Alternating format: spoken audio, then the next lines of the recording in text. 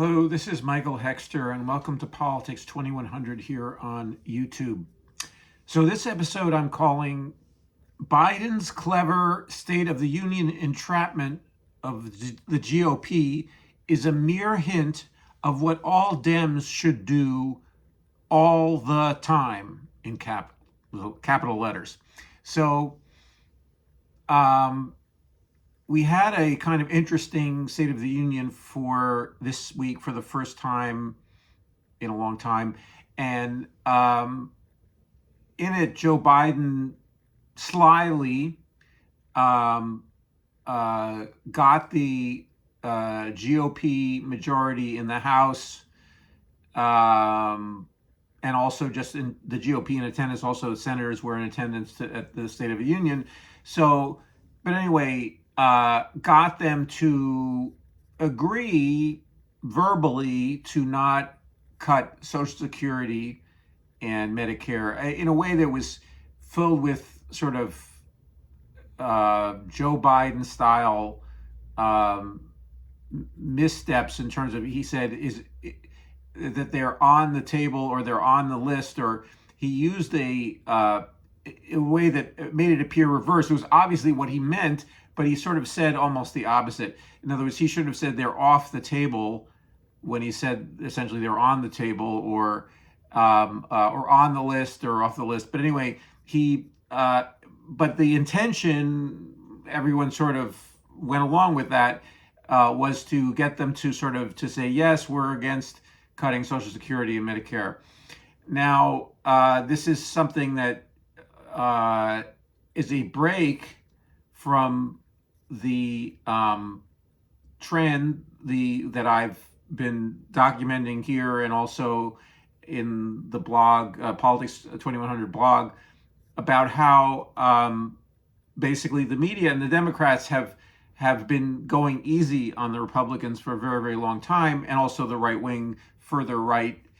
of the Republicans, or the whole right wing institutional and movement bureaucracy slash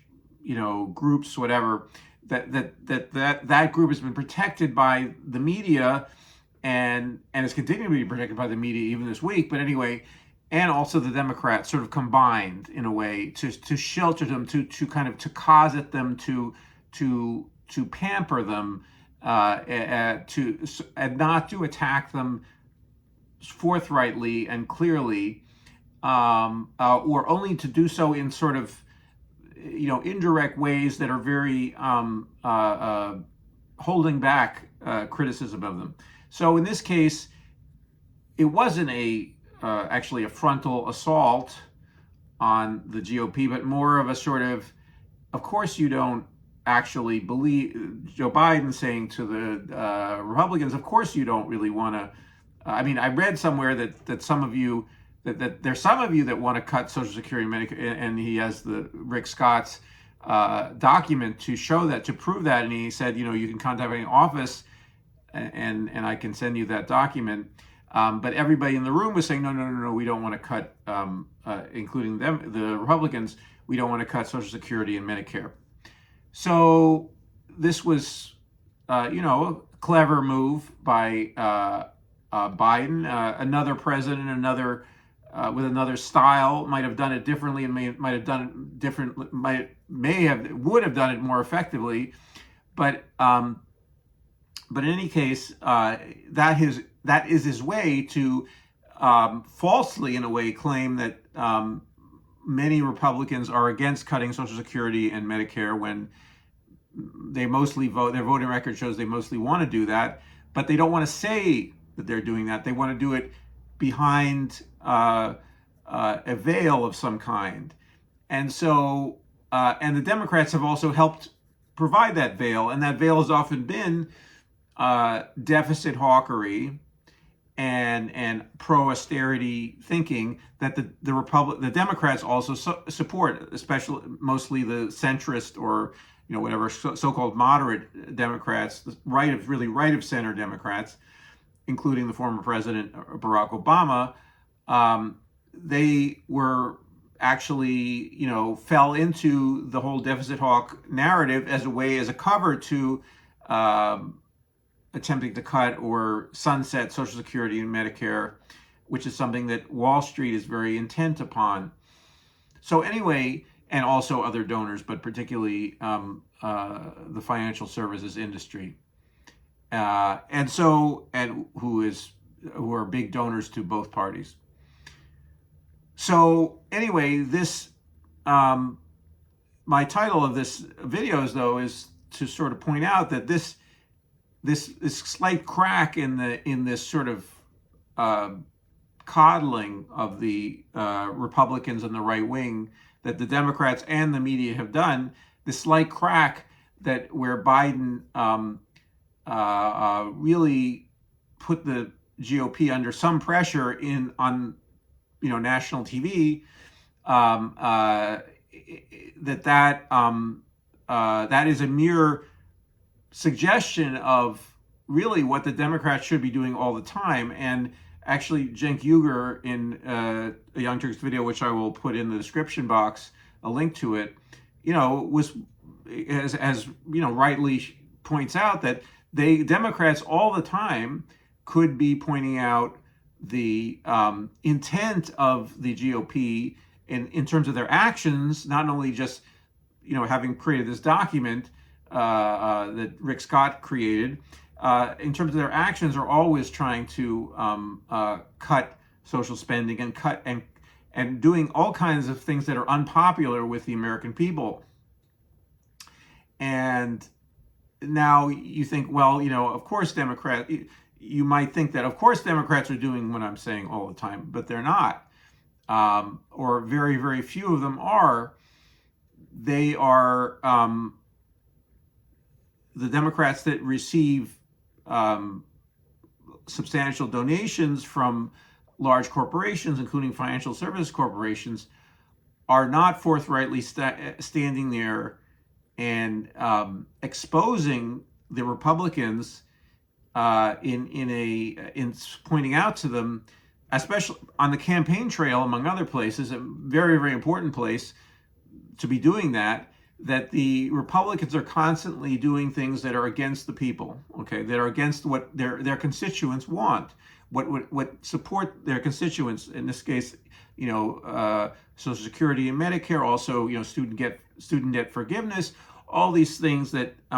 people are popular in varying degrees, from 60% to 70% to 80% to 90% in the electorate overall. So the Democrats are unwilling to, and this is Cenk Uygur is a very good source for this, for collecting this data. They do not base their campaigns upon these polls about these issues and their popularity, which would the Democrats claim to be for, protecting Social Security and Medicare. Even some of them talk about, strengthening them. And Bernie Sanders is, to the left of the much of the Democratic Party, but he talks about strengthening them. But there's not let's call it a take no prisoners, or unsparing, maybe is a better way to put it, ruthless effort to expose the actual actions of the Republicans when they're in power, and the steps that they take to do unpopular things. Also about taxation. Now, I don't think taxation is the royal road to stabilizing Social Security, Medicare. It can be used to basically create a fairer system overall in our economy by lower, basically evening out the tax burden between low earners and higher earners, overall tax burden, or even making it progressive, which is a better idea, is to dampen the effects of capital ownership and wealth, existing wealth in our current society, dampening those the extreme variations in wealth and income that come from those starting with one level of differences becoming explosively larger, which has happened in an era of decreased progressiveness in our tax structure. But anyway, it is widely popular to tax the rich, to tax wealth, so forth and so on. And but the Democrats and the Republicans, do not want to do that, with a few exceptions. And again, I'm saying, as someone who understands how a fiat currency works, given modern money theory, modern monetary theory, and so forth and so on, the understanding of our currency, which is a soft money currency, not a hard money currency, so that we don't need to collect taxes and then pay out the money, or the federal government doesn't need to do that. The state and local governments need to do that. Households need to do that. Businesses need to do that, but not the federal government. Anyway, the federal government can. So with the federal government, it's a political process by which we pressure that government to fulfill ethical duties and economic duties, or existential, to respond to existential threats to health, and also to our combined security, or combined viability, in a way, as a species, or as a nation, and then as a species, in terms of the degradation of the climate, and so forth and so on. So we need to politically pressure that government to create the realities that where, by spending and by, creation of programs and so forth and so on, or actually building infrastructure to realize a bunch of different needs that we have that are not fulfilled by, market forces. Okay. And then, so anyway, or even are worked against by market forces of various kinds that are undermined by market forces. So anyway, the Democrats, getting back to the topic at hand, the Democrats have been sparing the Republicans, and this State of the Union address is a small window into actually starting to view the Republicans as an opponent, okay, and not as a misguided friend. Now, Biden tends to treat them as misguided friends, and even in the State of the Union talks about them. Well, they're just misguided friends that need to be, put on the path of righteousness, and the path of, good governance, or whatever you want to call it. And they're just sort of they have misconceptions, and this approach probably gives him the sense that what he's saying would not be considered to be an éclat, an embarrassing silence that would create in the media, create in the whole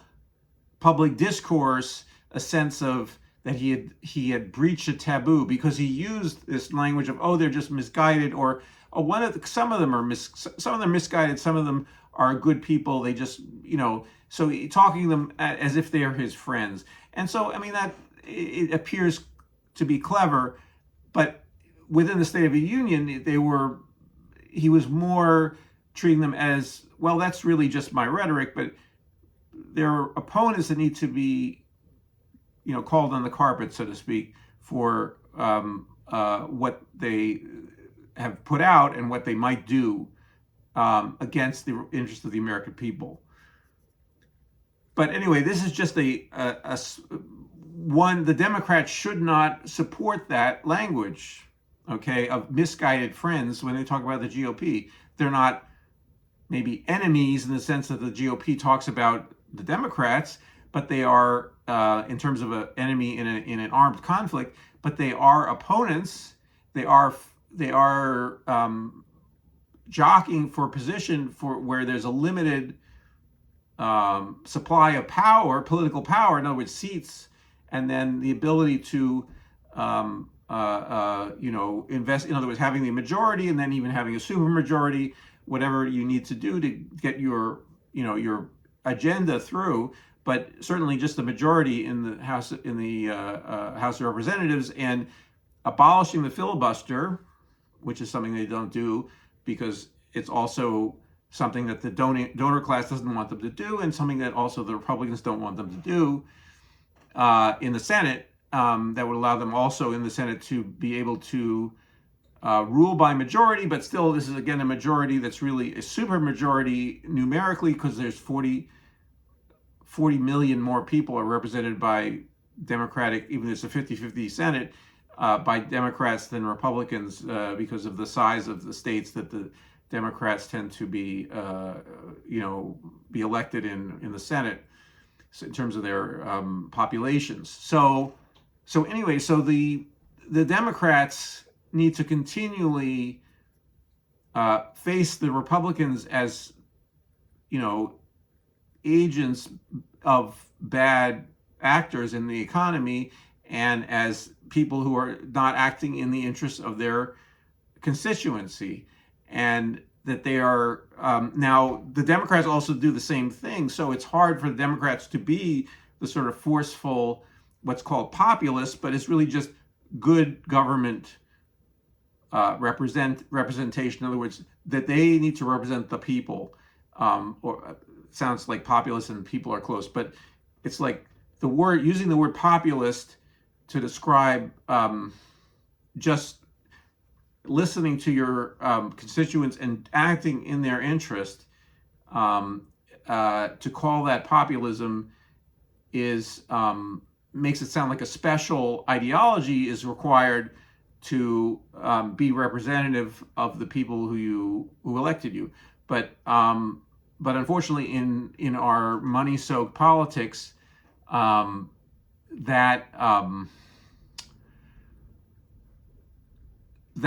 there's some truth to the fact that some special extra effort is needed to overcome the power of money and the power of very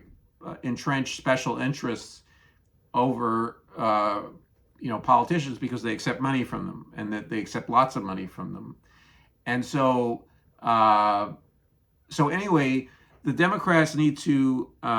be more forceful, and it shouldn't be considered to be that ingenious or special what Biden is doing, or what he did once. And also, for that matter, Biden needs to have done that from the beginning of his presidency, but he really started actually in a more supplicant's role relationship to the GOP, when the Democrats actually had both houses of Congress, though by very slim margins, but still they had both, and where he had actual power to do things. And this is something also that Cenk and some other commentators are pretty clear about, is that the Democrats tend to talk more radical and be more or left, to tack left when they can't actually do things that are quote unquote left, or which are sort of moderate, weak tea liberal, or even social democratic, slight whatever middle of the road social democratic things, like bolstering Social Security and Medicare, and maybe lowering the Medicare age to 60 or 50 or whatever it is. So when they have the ability, or passing voting rights, okay, something that was obviously to their benefit, they fumbled that one throughout the first 2 years of Biden's presidency. And a strong stance that was fighting both internal critics within the Democratic Party, but also the Republican Party, and they're in the media outlets that were stirring that, supporting the Republican positions, and or supporting quote unquote bipartisanship as being the necessary thing. Everything needs to be bipartisan. In other words, which is saying to Biden in his first 2 years, you need to ask the Republicans for permission to do stuff, okay? So now, when he's in a position where he can't do anything for 2 years, really, nothing's going to happen. And I mean, he can do executive actions, okay, but things that involve the Congress and are things where hardly anything is going to happen, and so he can start to attack quote unquote left or start to take a more aggressive stance versus the Republicans. So I'm not inventing this. I'm just simply reflecting on commentary from people like David Sirota and Cenk Uygur and so forth and others who are clear about how this happens, how these shifts in, I mean, with Nancy Pelosi or with Joe Biden, other leaders, Democratic Party leaders, how they talk a good game when they can't do anything, and then when they can do things, they fumble the ball. They do not do governance. Okay, they talk governance. They act like they're the people who might do governance, do governing. Okay, and passing laws, but then they don't do it. Okay, so this is also beyond the political uses of, and in terms of winning more power and winning elections, of being confrontational and exposing the Republicans for the frauds that they are, that they talk like they're men and women of the people, but they are actually, supporters of every policy that favors the elite and not the ordinary people that they mimic when they are talking. Their down home supposed wisdom, and that is really just an apology for, or a veil for the elite to continue to grow richer and more powerful, and to make the lives of ordinary people more tenuous and vulnerable. So anyway, and the Democrats could be hammering on this, but they don't. Okay, and especially when it counts, we see, for instance, in miniature, what happened with George Santos. Okay, George Santos won his election because the major media. There was one Long Island newspaper that found him out a couple of weeks before or started to find him out a couple of weeks before the election, but this was not picked up by the New York Times, by Newsday, which is the Long Island newspaper. So the big Long Island newspaper, and the Democratic Party. The Democratic Party should have been on it the minute this the North Shore newspaper that caught on to Santos, that he they could have started to campaign on it, but the Democrats didn't do that. They had a candidate that was very, very ineffectual, okay, in terms of being able to campaign. So throughout the party, they have either cultivated a class that simply doesn't know how to do this sort of confrontational campaigning, or that they know how to do it, but they know somewhere that they'll be disapproved of if they attack and make the Republicans seem to be what they are, which is a servants of the rich who talk in a down home accent and act as if they're popular defenders of ordinary Americans. So anyway, and so the Democrats could be winning lots more elections if they did this, and they don't. And so and then also this appears only in this permissible form for Biden, because he is in some sense a master of being friendly to Republicans, and has a long track record of doing that, including in the last couple of years, and of courting them, and of being friends with Mitch McConnell, so to speak,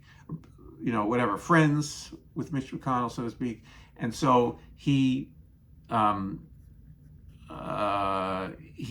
doesn't need to, sort of ask permission to be somewhat a little bit more confrontational, and or look around, and because he owns the genre in a way, or he's one of the key players in the genre of bipartisan bootlicking, you could say, or fluffing, you could say, of the Republican Party.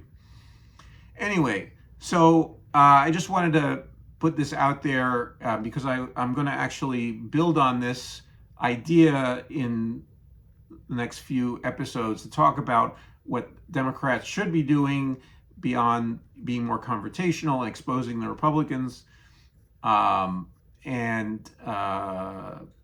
more generally just having within the Democratic Party positioning progressives to really succeed. So anyway, if you are getting something out of these videos more generally, please subscribe to Politics 2100, and particularly if you like this video, please like, and also please share your thoughts on it in the comments below, and I look forward to seeing you in the next video. Thanks.